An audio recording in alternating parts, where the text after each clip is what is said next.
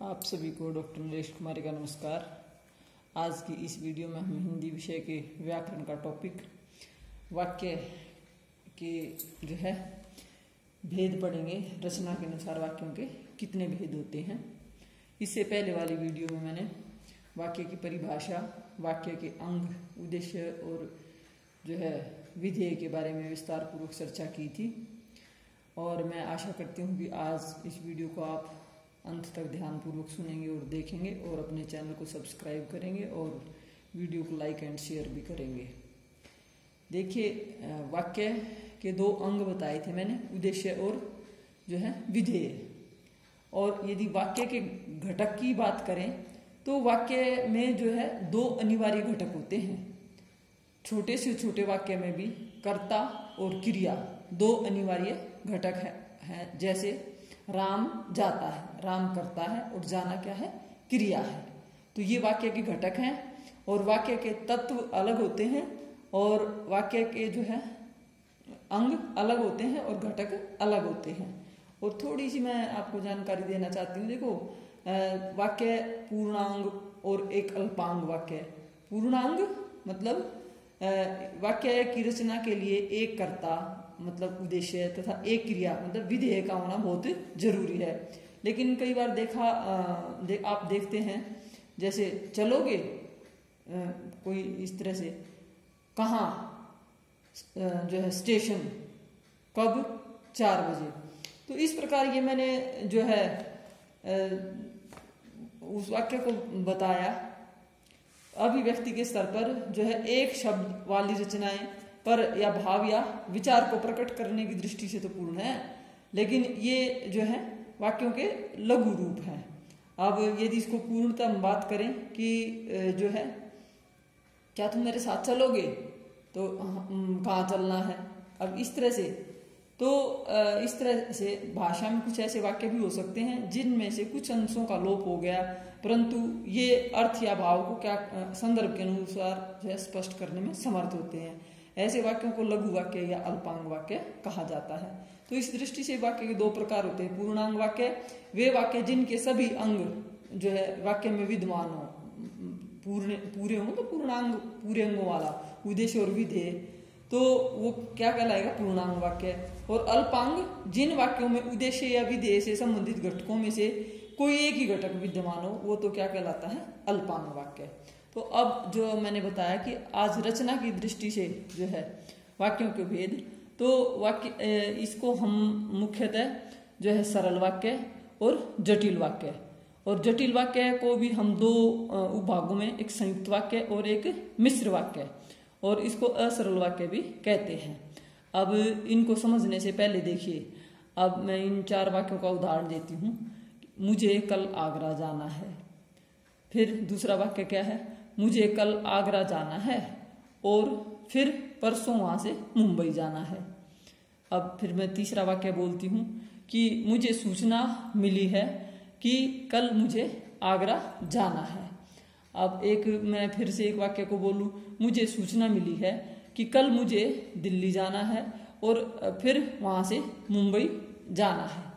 तो ये जो सारे वाक्य, एक वाक्य में नंबर 1 वाक्य में जो है एक वाक्य है, और 2 और 3 जो है 2 वाक्यों से मिलकर बने हैं, और जो चौथा वाक्य मैंने बोला वो 3 वाक्यों से मिलकर बना है। लेकिन ये सभी तीनों एक ही वाक्य के नमूने हैं। किसी एक वाक्य में आए इस तरह के छोटे छोटे वाक्यों को क्या कहा जाता है, उपवाक्य कहा जाता है। तो इस प्रकार क्या कह सकते हैं हम, एक ही वाक्य में एक से अधिक उपवाक्य भी आ सकते हैं, या जो है अब जिसमें सरल वाक्य में, अब सरल वाक्य की पहचान बताती हूँ मैं। सरल वाक्य में एक ही वाक्य होता है, इनमें एक ही क्रियापद बंध या जो है विधेय होता है। और देखो, यदि वाक्य में आने वाली क्रिया अकर्मक है तो उसमें कर्म नहीं आ सकता, और यदि जो है वाक्य में आने वाली क्रिया सकर्मक है, सकर्मक क्रिया सहित कर्म सहित है, तो कर्म अवश्य आएगा। और यदि द्विकर्मक है तो भी 2 कर्म आ सकते हैं, और यदि प्रेरणार्थक है तो प्रेरक संज्ञा या प्रेरिक संज्ञा भी आती है। अब सरल वाक्य का तो उदाहरण सिंपल सा है कि मुझे कल आगरा जाना है। अब दूसरा जो वाक्य है संयुक्त वाक्य। संयुक्त वाक्य के विषय में मैंने बताया कि संयुक्त वाक्य में आने वाले सभी उपवाक्य क्या होते हैं, स्वतंत्र उपवाक्य होते हैं। और स्वतंत्र उपवाक्य देखो, यदि मैंने ये वाक्य बताया कि मुझे कल जो है आगरा जाना है और फिर परसों वहां से मुंबई जाना है, अगर इनको अलग अलग हम प्रयुक्त करें तो भी ये पूर्ण अर्थ देने में समर्थ है। और जो है इसमें स्वतंत्र उपवाक्य से तात्पर्य यही है कि इनका प्रयोग भाषा में अलग से स्वतंत्र रूप में हो सकता है और संयुक्त वाक्यों में आए उपवाक्य समान स्तर के उपवाक्य होते हैं। यहाँ न कोई जो उपवाक्य किसी से बड़ा होता है और न ही किसी से छोटा, इसलिए संयुक्त वाक्यों के उपवाक्यों को जो क्या आप भी कहते हैं समानाधिकर्त जो उपवाक्य भी कहते हैं। अब जैसे उदाहरण से मैं देखो, राम महल में रहेगा और सीता वन जाएगी।